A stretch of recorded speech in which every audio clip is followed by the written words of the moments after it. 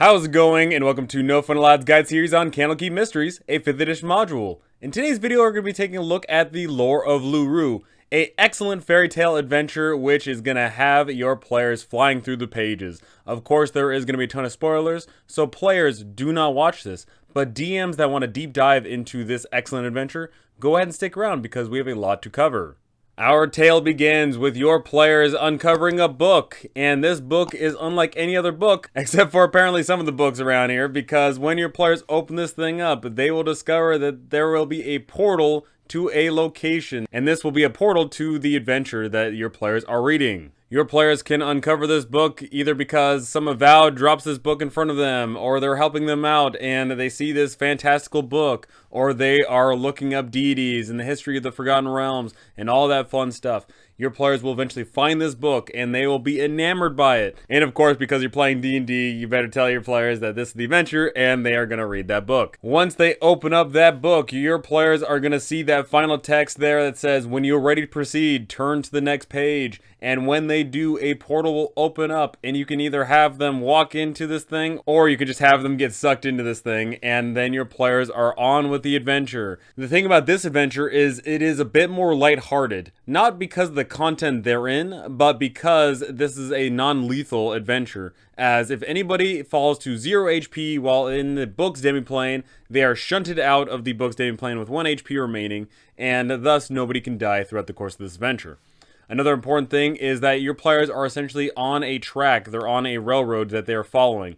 I know some people do not appreciate that kind of style of play, but I would certainly hope that some people are, and if you just tell your players that this is the adventure, hopefully they'll stick on board. There is a way you can expand this to be a sandbox, but quite frankly, I just don't think it needs it. You should tell your players that this is the adventure and they should go along with it. You can easily go ahead and just decide to map this place out, have it be one big open sandbox where your players go from point A to point B to point D, skipping wherever they want. But that does require extra work. So the preparation that goes into this adventure really comes down to the style of play your players enjoy and what you're willing to have the adventure be. If you want to keep this as a railroad, one thing I would recommend is there to be a skybox and a wall box, maybe not too far out from the forest. Maybe have it be where they can move out maybe 10 feet into the forest line, and then there's an invisible wall there, and if they fly 20 feet up, then there's an invisible wall there as well, just to make sure that they keep on track and keep going forward. Before we get any further with the video though, I just want to give a huge shout out to all my amazing patrons up here. You guys are helping me out so very much. Thank you. Absolutely incredible. Thank you for all the amazing stuff that you're doing. I am putting out some content as well, and stay tuned on Patreon because I am going to be announcing some fun Candlekeep stuff going on over there. Secondly, I also want to shout out Foxglove Armor and the amazing maps that are coming out from her. She is putting out these amazing maps, so go ahead and check her out as well. Links down below. Incredible stuff. Once your players have entered the book, they will look around and you can read about all these awesome text blurbs that will make this place come to life. Of course, they may think that they are somewhere else, which they technically are. They are in a representation of the world as it once was, but of course they are in a demiplane. Several satyrs are going to come into view and announce themselves to the party. You should make it so that these things don't appear hostile, just to make sure you don't have any murder hobos that try to attack them. They're going to go ahead and try and converse with the party. If you just so happen to not have anybody that can speak Sylvan or Elvish, I would just go ahead and have them speak Common, or maybe your players can somehow speak Sylvan, and that adds a bit of fun to the mystery here, as your players are propped into this world which they don't know. The satyrs are going to plead with the party and say, "Hey, can you go ahead and escort us to this location? We seriously need some help." And along the way, we can talk about certain things. During the course of the travel to the Polvarth Plateau, the satyrs will go ahead and tell them about how there is strange thunder noises, about how there's tribesfolk who invaded this land and are indiscriminately killing, and that there's a community of pixies not too far away. Go ahead and play this up as jovial. Have the satyrs drinking, dancing, being merry. Make the players feel like they've stepped into some strange, fantastical world, because they technically have. Make this place feel real. And during the course of the travel, you can go ahead and expand upon that by having some random encounters. It says it's going to take at least 2 to 6 hours to get there, meaning that is 2 to 6 encounters that you're going to roll. But I would go ahead and definitely tailor that to your adventure. If you are running a one-shot and you're pressed for time, then some combat encounters may not be necessary here.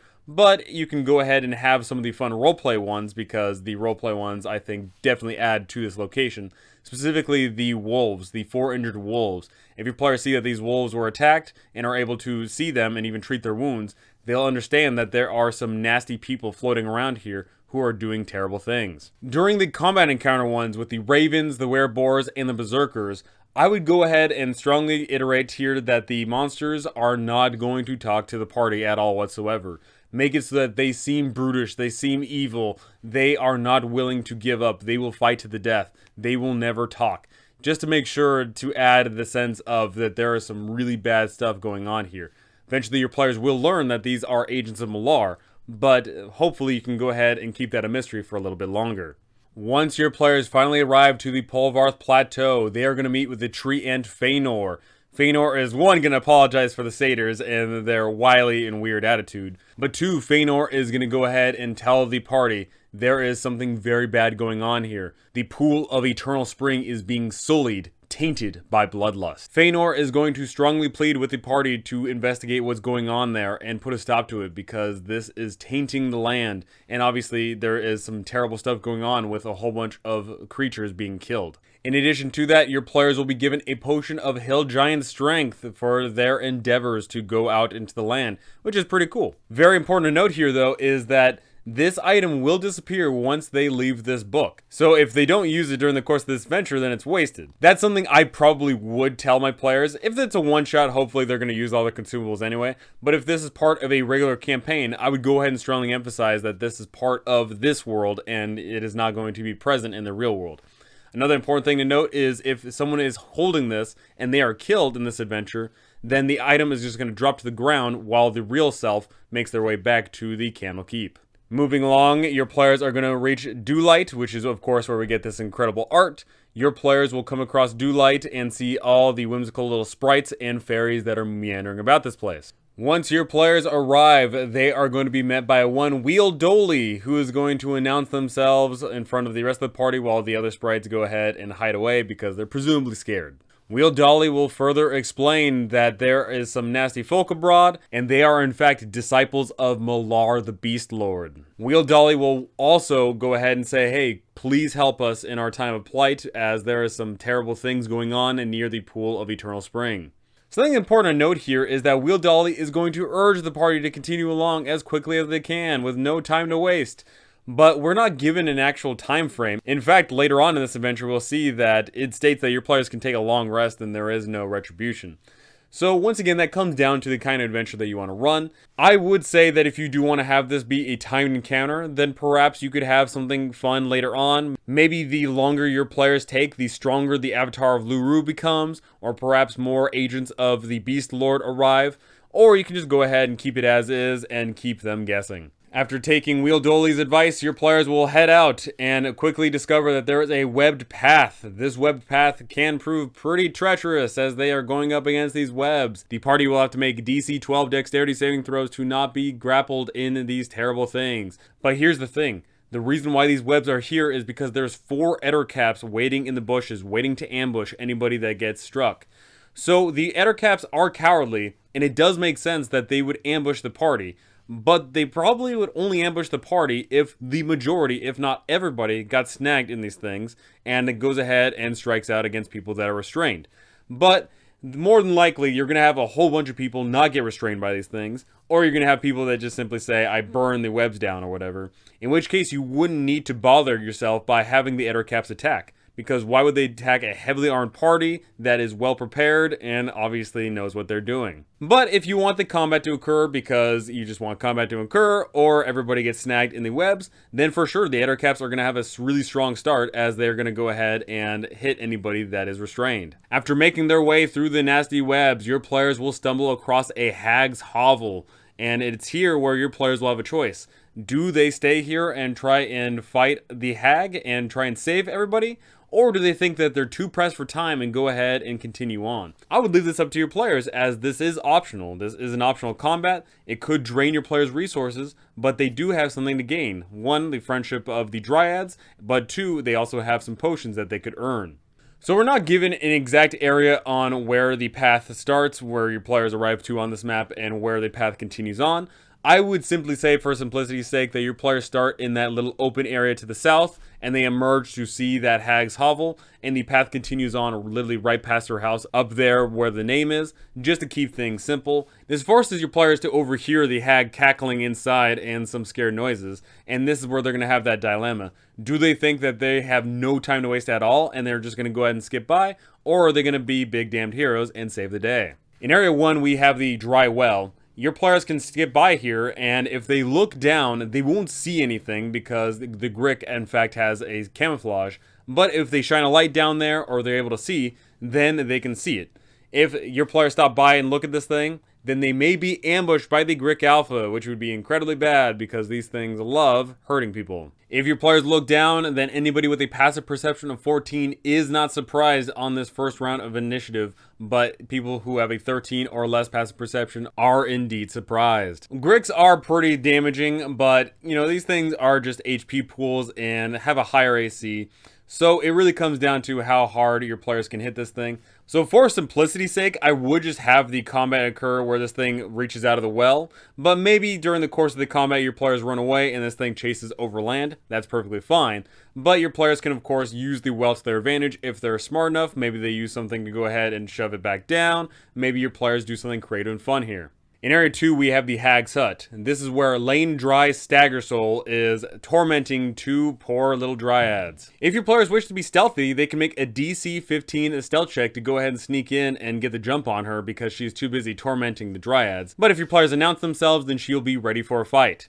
During the course of the fight, she'll go ahead and claw and tear at the party, but if she takes too much damage and it's clearly obvious that she's not going to win the engagement, she is simply going to plane shift out of there and leaving the party to go ahead and ransack this location. The two dryads are going to be extremely thankful to the party for saving them, and then they're going to say, hey, we actually have a third dryad, can you go ahead and rescue her too? She's located in the area outside. If your players investigate around using either an Arcana or Investigation DC 12 check, your players can find a Potion of Clairvoyance and a Potion of Greater Healing. Pretty awesome stuff. I would say if your players rescued the Dryads in time, perhaps the Dryads could go ahead and say, oh yes, we saw the hag put these on the shelf over there. Maybe they'll be useful to you, and go ahead and give them to your players. In Area 3, we have the Hag's Menagerie. Once your players open this place up, they'll be able to see that there is 10 cages that are filled here with all sorts of various animals, and there is an 11th cage down there at the end with the Dryad who is sadly knocked out. So your players can easily go ahead and free all the animals, and they'll all run back into the forest, and your players can go ahead and save the last Dryad, and there she will go ahead and be resuscitated using a good berry. So this is all fine and dandy. Your players can be awesome heroes who save the day, free a whole bunch of animals, free the Dryads, but we're not given any sort of actual reward for doing this other than the 2 potions. What I would strongly recommend is have the Dryads go ahead and cast Barkskin on the players, or maybe some sort of other minor boon to go ahead and show thanks, just to make them feel like they are really rewarded for going out of their way to help out all these poor creatures. After moving off from the Hag's location, your players will reach the river's edge, and there you can go ahead and once again describe the roiling clouds overhead, the flashes of red lightning, the thunder, and go ahead and show off the Cult of Malar, which is now encamped here. It is here in the Cult of Malar section that we get all the information about what Malar's agents are up to. They are using the blood of the poor victims here to taint the pool of eternal spring, and they are trying to corrupt Lurue. The first thing your players must get to before getting to the pool is the Cult of Malar campsite, and it's there where your players will find a huge bevy of berserkers and 2 wargs. Once again, as you're moving forward, describe how this place is getting more and more tainted. The clouds are darkening, red lightning, vicious thunder, and of course the terrible sight of what they'll see at the Cult of Malar campsite, the bones of many poor slain animals. So the thing with this is your players are expected to get into a big old brawl with 8 berserkers and 2 wargs, which a level 8 party can easily do because the berserkers aren't honestly that strong. It's just that they've got a large HP pool, and the wargs in particular, they're really weak at this level of the game. But the thing is that this is going to tick into their resources, it's going to tick into their time, and most important of all, it's definitely going to set up that there is more and more corruption going on. So, do you have to have this combat? I definitely know that some people would think to themselves, okay, there's the campsite right there, couldn't we just go ahead and sneak around? Well, that once again comes down to you. Are you going to allow them to circumnavigate the railroad that they've been placed on? Or are they going to have to barrel straight through this band of enemies to get to that pool? entirely up to you. The combat itself won't be too difficult at all, as they are just mindless berserkers who are just going to swing their axes and scream and yelp, and the wargs are going to go ahead and circle around and try and get anybody from behind. But the thing is once one berserker is left standing, that one berserker is going to try and run to the pool of eternal spring, which, mind you, is exactly 500 feet away. So hopefully over the course of 500 feet, your players are able to cut down the last berserker before they arrive to the pool of eternal spring, and warn the rest of the cult. Once your players have dealt with the campsite, that is when your players are going to press on to the final destination, the pool of eternal spring, which has been basically what they've been leading to this entire adventure. It is here where your players will see a swarm of werewolves screaming out, "Water into blood, earth into bones." And once your players arrive just on the scene, that is when lightning is going to strike and the corrupted avatar of Lurue is going to emerge from the water. Whether your players go ahead and just immediately shoot out at the werewolves, or if they go ahead and watch to see what happens, go ahead and roll initiative. And this is where the corrupted avatar of Lurue is going to shine. Once the steam settles, the corrupted avatar of Lurue is going to strike out at anything that stands near it. And this is awesome because that corrupted avatar of Lurue is going to hit like a truck. Also, very interesting to note here is, during this section, if your players were to be crazy enough to drink from the pool of eternal spring, then they could suffer a short-term madness if they do not succeed on DC 15 charisma saving throw. Hopefully your players aren't into drinking blood, but I know that there is definitely some crazy people out there who do it. Or maybe they get drowned, you know, depending on what the werewolves get up to during the course of this combat. So something important to note about the corrupted avatar here is that it states that on the avatar's turns, when using its legendary actions, it randomly attacks one or more creatures from among any targets it can reach. So the unfortunate thing here is that the stat block was not completed. As you'll see here, there is no legendary actions, at least natively. I have put these down as possible legendary actions here that your avatar could take. What I strongly recommend, though, is go ahead and expand that to your own degree. Go ahead and change it up as you desire. I think these three are perfectly fine. But something to note is, in that vernacular, it states that it randomly attacks one or more creatures from among any of the targets, which makes me think that there might have been a legendary action that would have hit 2 or more people. I don't know what that could have been. Perhaps it could have been maybe a blood splash in the pool, or maybe it charges through and everybody in its line of range has to make a saving throw against it. Perhaps it's something along those lines. But these three are just very simple and basic things. Go ahead and tailor that to your own adventure. So as we look at the character sheet of this interesting creature, this thing is pretty deadly. This thing hits extremely hard, doing 8d6 plus 4 damage, and you know, that is just a massive amount of damage. This thing attacks twice in a turn using its hooves and its horn. But as we can also see here, the hooves are just dangerous because they're powerful, but the horn is not only dangerous because of the damage, but if the person that is hit by this thing fails a DC 13 wisdom saving throw, they are polymorphed into a wolf. And mind you, that is not a druid transformation where they get to keep all their mental stats and all that. No, this is like they are being polymorphed, which is incredibly bad. If this thing hits someone that is a spellcaster, no more spells. If this person hits someone with high AC, guess what? No more high AC.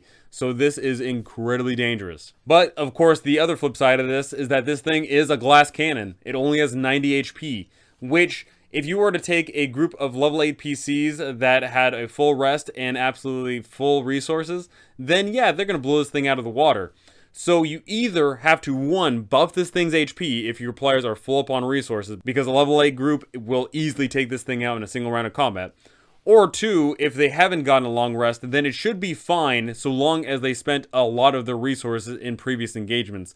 Probably in the fight with the Berserkers, for example. And of course, these legendary actions, they don't exist on that character sheet natively, so I strongly recommend you go ahead and flesh them out. I do like that idea of this thing stomping down into the water and water splashes everywhere and maybe it gets into people's mouths and then people have to go ahead and make that saving throw or go insane. I think that's pretty fun. Another fun legendary action could be it charges 20 feet in a single line and everybody caught in its way has to make a saving throw or take a bunch of damage and be trampled, maybe even fall prone. I think there's a lot of fun things you can do with that. Another fun aspect of this combat is that it is a 3-way engagement. We have the party, the werewolves, and the corrupted avatar. So I would go ahead and break it off where some of the werewolves maybe go ahead and attack the avatar, and some of the werewolves go ahead and attack the party. In which case you're going to have a fun dynamic encounter that is complete chaos. Once your players deal with the corrupted avatar, or you feel like the Deus Ex Machina needs to strike, that is when lightning is going to strike the avatar, transforming it into its true self. And your players are going to see a beautiful sight as the corrupted avatar is purified,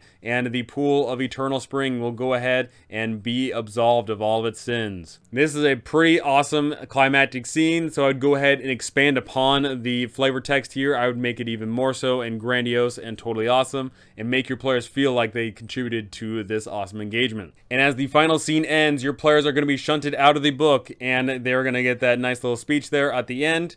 And most important of all, if your players were good and successful, then they're waiting for them at Candlekeep or wherever you had this adventure take place in. Your players are going to see a ring of shooting stars. Totally awesome reward. In addition to that, everyone will be a recipient of a gift from Lurue, a charm of animal conjuring. So pretty awesome. Your players get an awesome magical item, they get this magical gift from Lurue, and they did a job well done. Of course, this is just a fun little fairy tale fantasy adventure, and you should make your players feel like they did quite a lot of awesome things. Even though they were just living through a story that already happened, they still contributed to this adventure. So overall, I love this adventure. I like the aspects of this forest. I like the inhabitants that your players are going to interact with. I like the villains that your players are going up against. I like it all. There is just a lot of things going for it. You can have exploration, roleplay, and combat, or you can go ahead and cut out whatever you don't desire. You can make this a timed event, or you can go ahead and have this stretch on as long as you want. Heck, if you want to get rid of the railroady aspect, you can go ahead and make this a large forest. Maybe go ahead and drop a map of it